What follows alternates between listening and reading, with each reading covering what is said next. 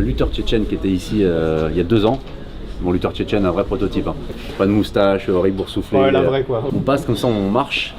Et il y a un mec énorme, énorme, avec un Marcel fluo. Je te jure, c'est pas une blague ce que je te raconte. Hein. Dans le même couloir qu'il est ici. Même couloir qu'il est là. Et en fait, il passe avec son sac. Il s'appelait Magomed. Il passe avec son sac. Et il met un coucou avec le sac. Le mec en marchant, mais sans faire exprès, tu vois. Ok. Il marche avec son sac et puis ça passe. Ouais. Et l'autre il dit oh, tu t'excuses jamais toi. Et l'autre il fait pardon, très gentil en plus. Généralement c'est ça. Pardon, excusez-moi ma chef, mais je te le dis parce que je vais te gonfler moi. Et t'as vu la différence de gamme entre l'autre qui était là, énorme, et le petit machin. Et Magomed il le regarde comme ça, il fait ah non, faut pas m'agresser. J'ai arrêté, il dit non mais. Normalement ça c'est le moment là, où dit, si t'as un peu de. Si tu regardes bien les oreilles, ouais, tu dis qu'il y a un truc qu'il faut regarder. Il dit faut pas m'agresser monsieur, j'ai dit pardon. Et l'autre il fait mais qu'est-ce que c'est chaud. Et là d'un coup il pose le sac comme ça. Et il fait allez viens. Et en fait t'as vu dans le couloir là-bas, il est arrivé, il est parti. Il a attrapé les gens. Ah donc c'est vraiment parti en. Ah ouais, c'est bagarré, ils demandent à n'importe qui était dans la salle. Ils sont partis là-bas, il a limite jeté dans les escaliers et tout, c'est parti loin. Il est parti attraper comme ça, avec sa petite tête, il commence à le lever. Le gros, il était au-dessus.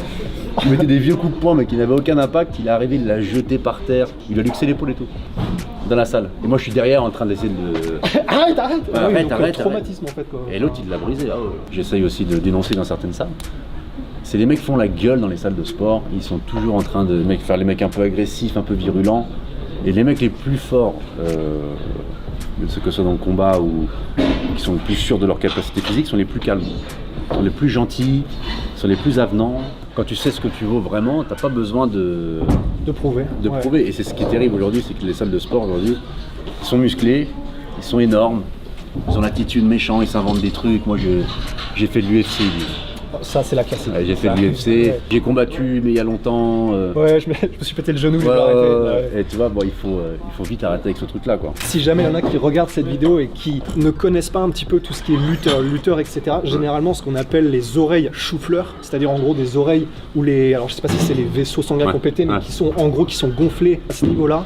Évitez à tout prix de faire des dingueries avec ces gens-là parce que vraiment ils vont faire tourner le slip. C'est les sports de contact. Si t'as les oreilles boursouflées, sans la moustache, ça peut venir des pays de l'Est, un peu Daghestan, Tchétchénie, là on s'en méfie les gars. La barbe amiche, voilà. Le bras de distance, et puis on se protège, on se préserve. On s'excuse et on s'en va.